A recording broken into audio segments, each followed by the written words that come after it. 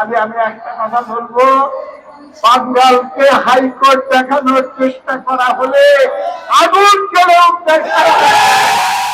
আমি বলতেছি, রিক্সা শ্রমিকের দাবি না মাইনে গদিতেও তুমি থাকতে পারবে না। বছরের পর বছর ধরে আমাদের রিক্সা চালকরা যে আন্দোলন করছে, তাদের আজকে জীবনে যে সংকট নেমে এসেছে এবং সরকার কতগুলো অন্যায় নির্দেশ দেওয়ার মাধ্যমে তাদের জীবনকে দুর্বিষহ করার এক অন্ধকার হাতছানিকে নিদর্শন দেখিয়েছে, তার বিরুদ্ধে বাধ্য হয়ে আমাদেরকে আমরা রাজপথে নামতে হয়েছে।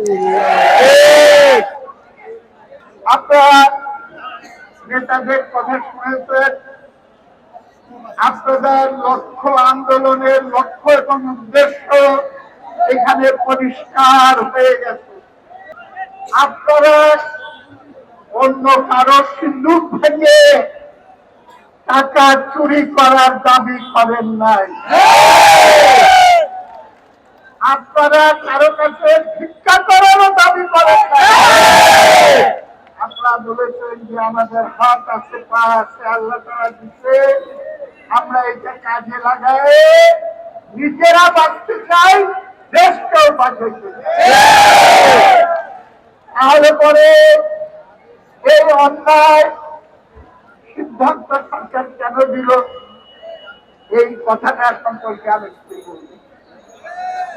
বাংলাদেশে মানুষ দুই রকম আছে, অল্প কিছু লোক হলো শোষক, জালেম, অত্যাচারী, আর 95% হলো সাধারণ মানুষ, মজুর, শ্রমিক, ভুট্টে, রিক্সাওয়ালা, গার্মেন্টসের শ্রমিক। আমি এখানে স্পষ্ট করে এটা বলতে চাই, ঢাকা শহরে 90% হলো গরিব কিংবা মধ্যবিত্ত, অল্প বললাম 10% তারা হলো বড় লোক, গাড়ি চালায়, বউয়ের জন্য একটা গাড়ি, মেয়ের জন্য একটা গাড়ি। একবার একজন মন্ত্রী বলেছিলেন, কোটি টাকার গাড়ি আনাটা খারাপ না, এইটা হয়ে পরে দুনিয়াতে আমরা দেখাতে পারবো যে আমরা উন্নতি করিয়া। আর গরিব মানুষকে যাতে তারা না দেখতে পারে, ওর জন্য রাস্তার পাশে টিন দিয়ে, বেড়া দিয়ে ঢাইকা রাখে, পর্দা দিয়ে ঢাইকা রাখে। অত কষ্ট করতে হবে না। তোমাদের 10 ভাগের জন্য ঢাকা শহরের 10 ভাগ আমরা ছাড়িয়ে দিব, বাকি 90 ভাগ করবে, তারপরে নিয়ে দেব। 71 সালে আমরা দেশকে স্বাধীন করার সময় আমাদের যুক্তি কি ছিল? যুক্তি ছিল পাঞ্জাবিরা হলো সংখ্যায় কম আর বাঙালিরা সংখ্যায় বেশি, আমাদের বাঙালির ন্যায্য হিস্সা দিতে হবে। তারা ন্যায্য হিস্সা দেয় নাই, আমরা দেশ স্বাধীন করি। তাহলে পরে একই যুক্তিতে আমি যদি বলি যে তোমাদের 10 ভাগ দিয়ে তোমরা যাও, দরকার হলে তোমাদেরকে চাঁদে পাঠিয়ে দিব, কিন্তু ঢাকা শহরে 90 ভাগ 95 ভাগ গরিব মধ্যবিত্ত, এই ঢাকা শহর কাজের বলে যে শহরকে সুন্দর করতে হবে। মানুষকে ক্ষুধার্ত রেখে শহরকে সুন্দর করা সম্ভব না। তাই ঢাকা শহরের সৌন্দর্য বাড়াইতে হইলে আমাদের খেতে খাওয়া মানুষের সৌন্দর্য, তাদের খুঁজে খাওয়া শরীরের কাপড়, তাদের উন্নত জীবনের করতে হবে।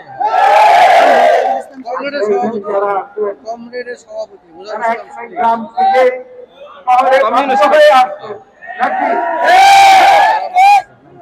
গ্রামে কাজ নাই, ফসলের দাম নাই, অভাব অনটনে জীবিকার জন্য আপনারা ঢাকা আসছে। আমি ক্ষেত্র যুদ্ধের নিয়ে সংগ্রাম করতাম, ক্ষেত্র যুদ্ধের সম্পর্কে আমি বলতাম ভর্তার নিচে তরকারি হয় না, বেঞ্চির নিচে কাপড় হয় না, সেরকম ক্ষেত্রের নিচে মানুষ হয় না। আসতে পারে বাধ্য হয়ে ঢাকায় আসে এবং কিছু ইনকাম করে বিদেশে চলে যেতে।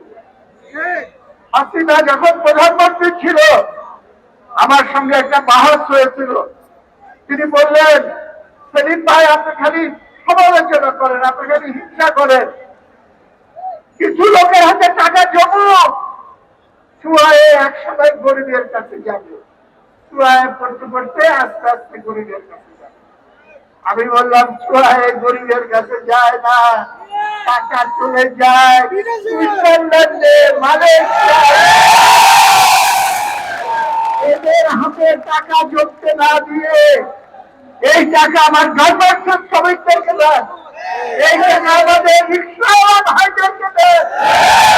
আমি গ্যারান্টি দিব একটা পয়সা বিদেশে পাচার হবে না। তারা এই টাকা দিয়ে নিজের সংসার খরচ বহন করবে, গ্রামে যে অভাবী বাবা মা ভাই আত্মীয় স্বজন রেখে আসছে তাদের অর্থনীতি চাঙ্গা হয়ে উঠবে। লড়াই হলে এখানে শ্রমজীবী মানুষের উপর যে শোষণ, সেই শোষণ যদি আমরা বন্ধ করতে না পারি, শোষণের ব্যবস্থা যদি বিচারিত করতে না পারি, তাহলে পরে তা না হলে পরে কিছুতেই আমাদের মুক্তি আসবে না। এবং এই সংগ্রামকে আগানোর সাথে আমরা শাসনের অবস্থান করতে আপনার শুনেছেন আন্দোলনের খবরাখবর। বসেন বসেন, শেষ করে দিচ্ছি। আমি বলতে চাই আপনারা এখানে নেতাদের কাছ থেকে শুনেছেন জুলাই আগস্ট মাসে গণ-অভ্যুত্থান হয়েছে। সকলকে আমি বলতে চাই ছাত্রদের নেতৃত্বে গণ-অভ্যুত্থান দেখছেন, শ্রমিকের নেতৃত্বে গণ-অভ্যুত্থান এখনো দেখেন না। সমস্ত শাসকের 12টা বাজিয়ে দেব, পাড়ায় পাড়ায় কমিটি বানান, শ্রমিকদের সংগঠন করে তোলেন, রিক্সা ড্রাইভাররা, গার্মেন্টসের শ্রমিকরা, গ্রামের ক্ষেত মজুররা যারা মেহনত করে খায় তাদের সকলের কাছে খবর পৌঁছায় দেন। এইবার এর সরকার, ওর সরকার, তার সরকার, কত সরকার দেখেছি, আগামী দিনে ইনশাআল্লাহ গরিব মানুষের সরকার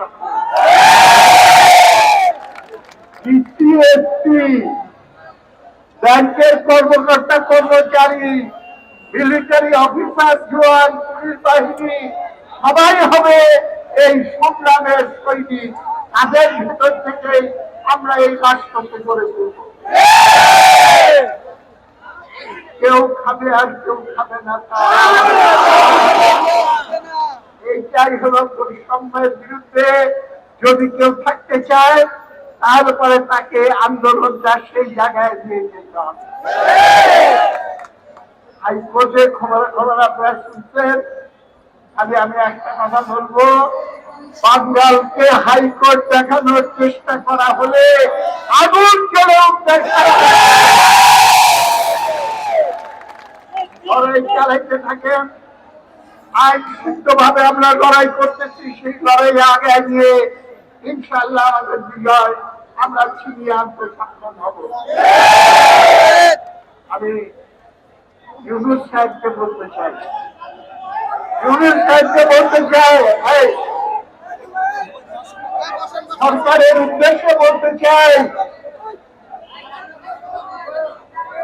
আপনারা নিশ্চয়ই খবরাখবর রাখেন দেশে। কেউ কেউ বলতেছে ইলেকশন হবে, আগে সংস্কার হবে, তারপরে ইলেকশন হবে।